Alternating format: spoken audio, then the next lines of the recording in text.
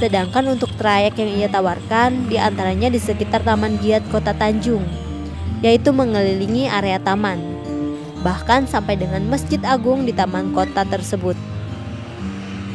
Rutenya ini sementara nganu Mas, untuk nganu ini kan khususnya di taman ya, kita muternya di taman aja. Bilanya hari-hari biasa itu kita rutenya agak jauhan sedikit lah, putar taman sekali, putar masjid sekali. Tapi bilanya hari Minggu itu kan kebanyakan pengunjung juga Mas, kalau terlalu jauh kan kada tahan juga kuda. Jadi kalau hari Minggu sama Sabtu itu rutenya cuma di taman aja. Sebuting aja Mas, sebuting cuma ulun aja Mas.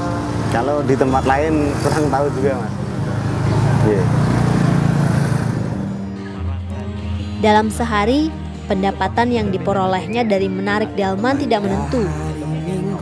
Hal itu tergantung dari banyaknya masyarakat yang berkunjung ke kawasan Taman Giat Kota Tanjung. Jika menjelang akhir pekan maupun hari libur nasional, ia mengaku pendapatannya kadang drastis meningkat.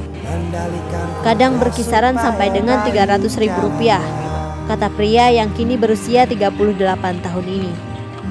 Itu kalau nganu Mas, kalau hari Minggu itu paling ya 2,5, 300 itu Mas. Tapi kalau hari-hari biasa itu ya paling ya 70, 60 gitu.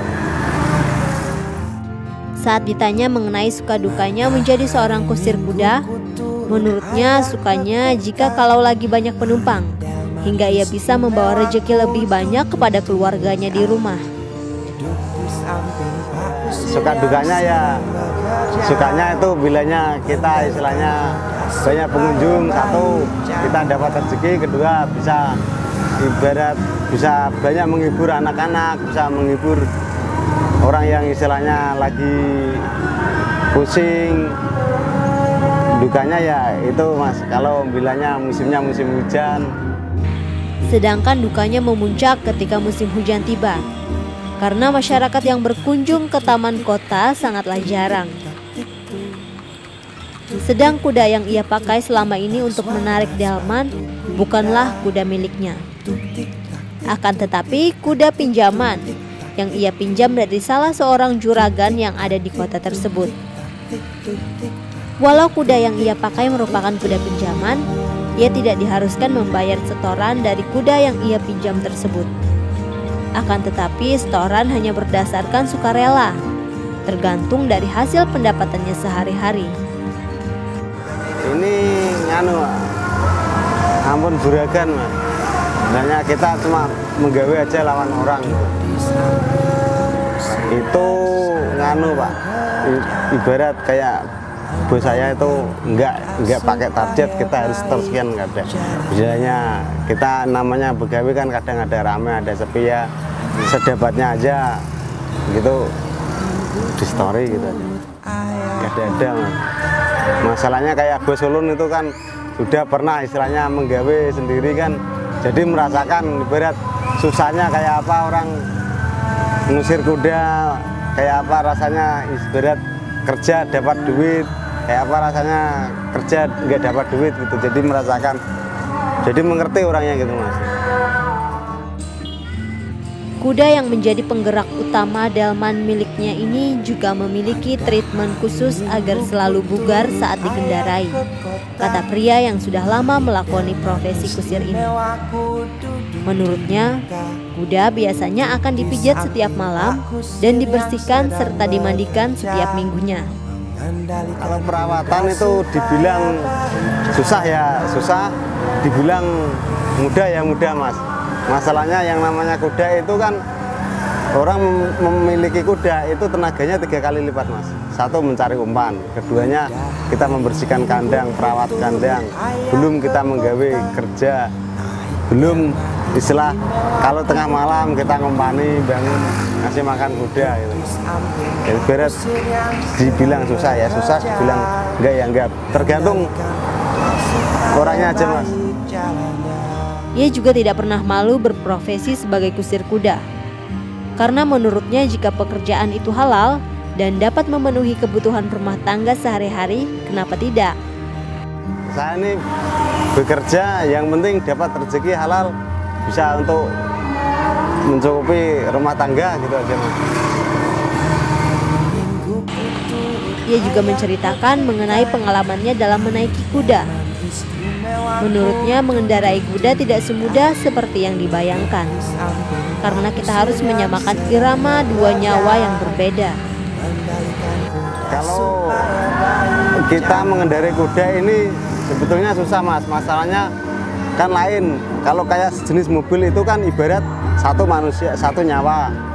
Ibarat kalau kuda ini kayak kalau kita mengusir kuda ini kan ibarat kan dua nyawa Mas. Satu nyawa yang kita pegang, keduanya nyawa kita sendiri. Jadi dua pikiran. Jadi kita mengutarakan dua pikiran itu harus seirama Mas. Jadi ibarat kalau orang mengusir kuda itu ya dibilang susah, bisa juga Mas. Masalahnya orang bisa nyupir belum tentu bisa bawa kuda, tapi orang bawa kuda pasti bisa nyupir gitu Mas. Begitu.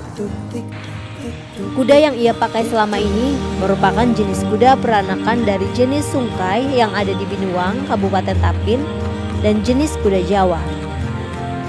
Ini Mas, kudanya dari benihnya, dari ibunya itu kuda Sungkai Mas.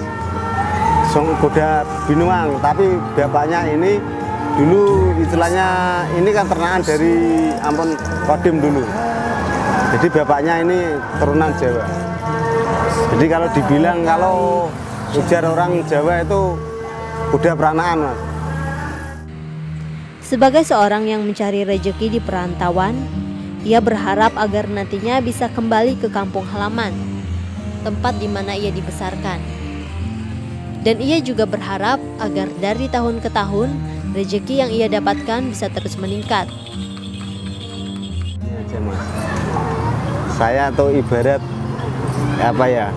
ibarat kita merantau bilanya udah mengenai hasil ya kita pulang kampung gitu. Jadi ibarat kita merantau tuh kalau udah dapat duit ya kita pulang gitu Mas. Jadi ibarat mudah-mudahan yang tahun yang akan datang lebih baik lagi gitu. Sedang untuk istrinya, selama ini hanya membuka warung kecil-kecilan yang ada di dekat kediamannya. Nah pemirsa, demikian episode Profesiku kali ini. Semoga dengan tontonan ini dapat menambah wawasan dan pengetahuan kita. Terlebih dapat menginspirasi kita dalam menjalani kehidupan sehari-hari. Karena apapun profesi kita, selagi itu halal dan dapat memenuhi kebutuhan keluarga sehari-hari, kenapa harus malu menjalaninya? Karena pada dasarnya kekayaan bukanlah dinilai dari seberapa banyak materi yang kita dapat, tetapi tentang seberapa besar kita bersyukur dengan keadaan yang kita jalani selama ini.